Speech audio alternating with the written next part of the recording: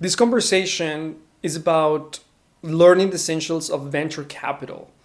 And to do so, I had the pleasure to talk to Matt Muldavin, the head of human capital at Magma Partners, a venture capital organization that focuses on uncovering the next unicorn in Latin America, finding the next uncut gem, the next founder in Latam, which might be unconventional, given that Latin American founders face difficult challenges at the moment of aiming for funds.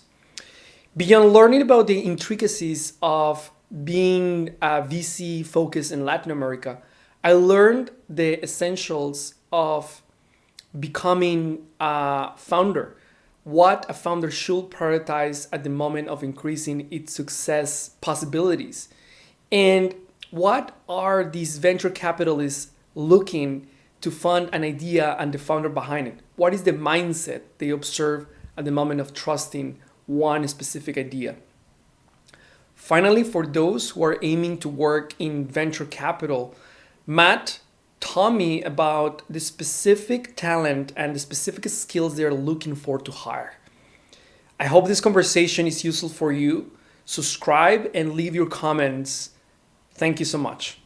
I think a founder's job, first and foremost, is to a couple things: get the right team around you, make sure you don't run out of money, and build something that people like. And it sounds simple, but I think it's very easy to lose focus and get too in the weeds with a lot of different stuff.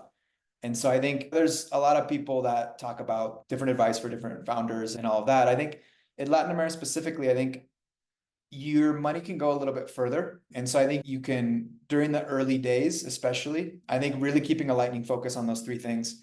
And I work a lot with kind of the people side and the team side. And so I always think if they have the right team around them and they build the right team around them, it's good on two levels. A, it's a good proxy as a VC that they're good at selling. If you're able to hire good people around you, it's probably because you're good at selling your mission. So you're probably inherently going to be better at pitching VCs, at hiring people in the future, at just pitching your company in general and getting smart people to believe in you that they want to be around for your vision. So I think that's a really good proxy in general when you're thinking about early stage teams.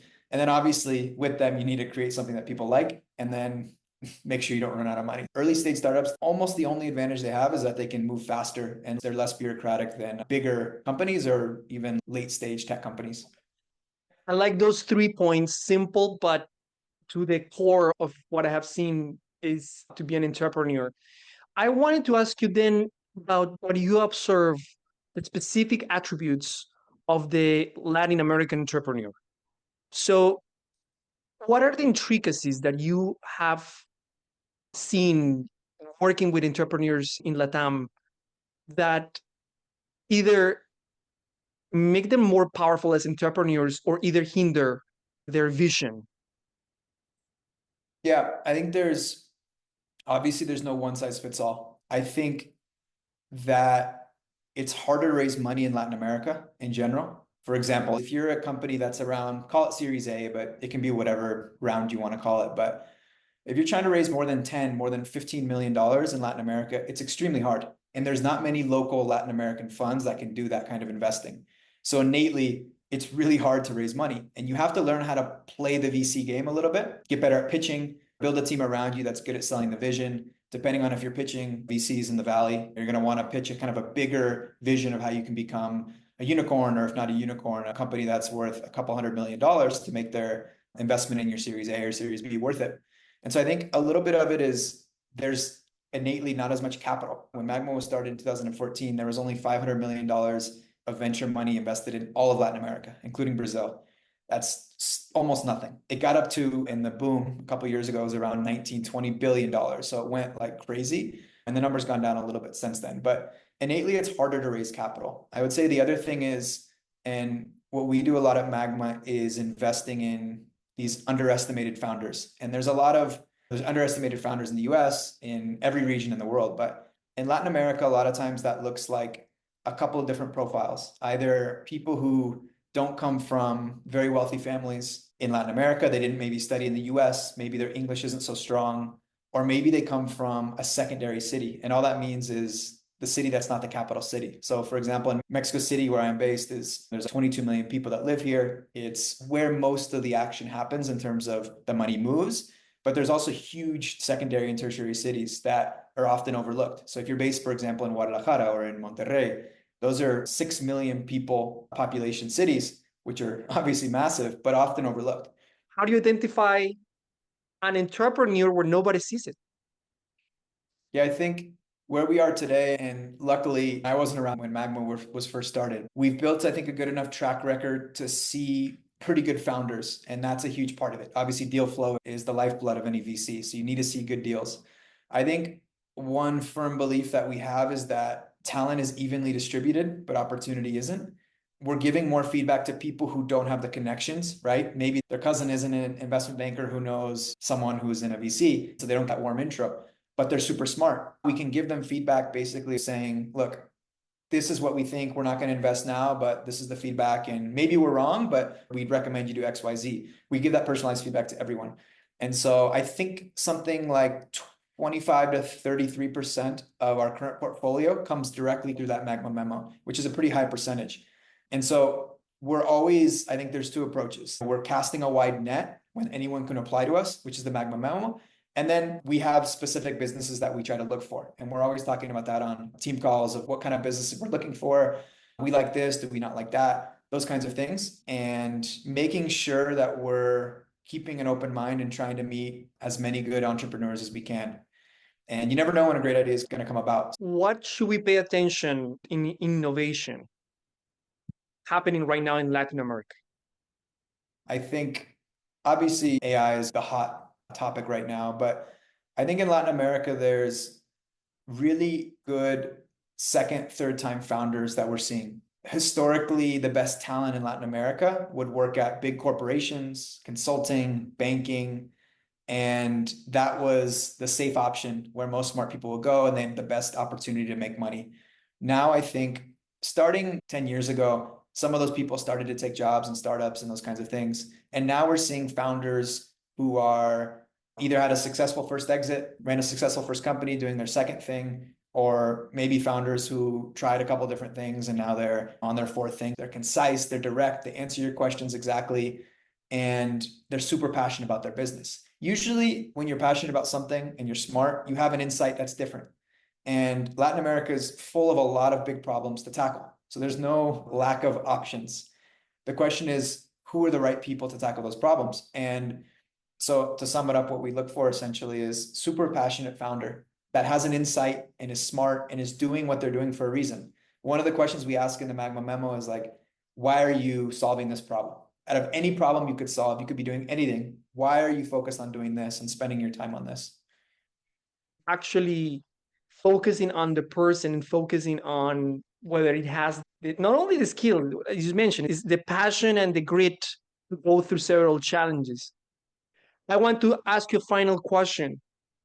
Many people here in Stanford and other places are dreaming about working in VC. How you become interesting for VCs as a potential analyst or employee? Yeah, I think first it's important to note that there's a bunch of different types of VC. And there's the super early stage stuff, there's the later stage stuff, and everything in between. And so I think it depends on the profile and it depends on the fund. We are, I think, a little bit of an anomaly in terms of the types of profiles we look for. We don't want investment bankers who are super deep in modeling. That's not necessary to be good at early stage investing in Latin America. A lot of US based funds traditionally hire people that come from banking or consulting. I think whatever stage, especially focusing on early stage, if you want to be a good early stage investor, you have to be really okay with operating in ambiguity.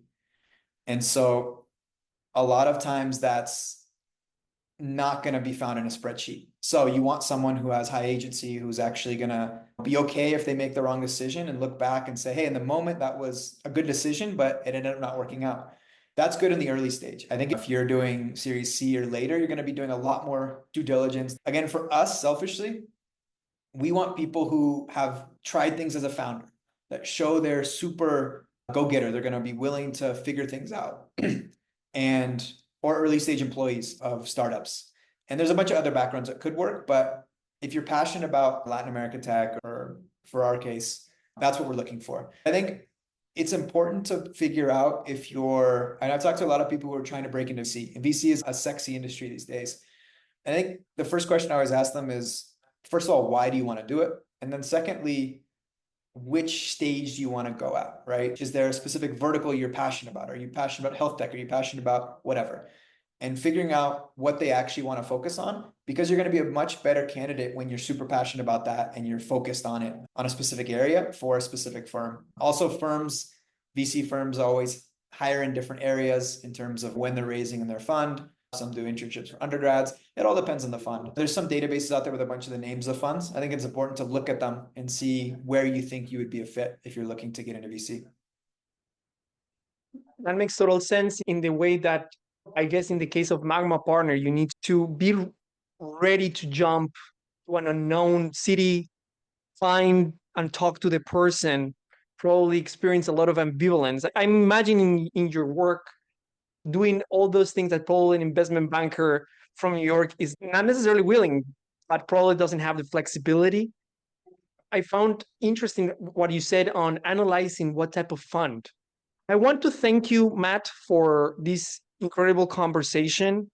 And I hope you find more jewels in Latin America. We have to bring all our talent around here and across the world.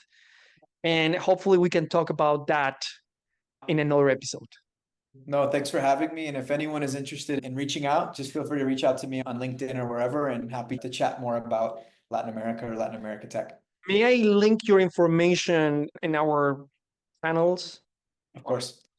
Awesome. Thank you, Matt. Thanks, David.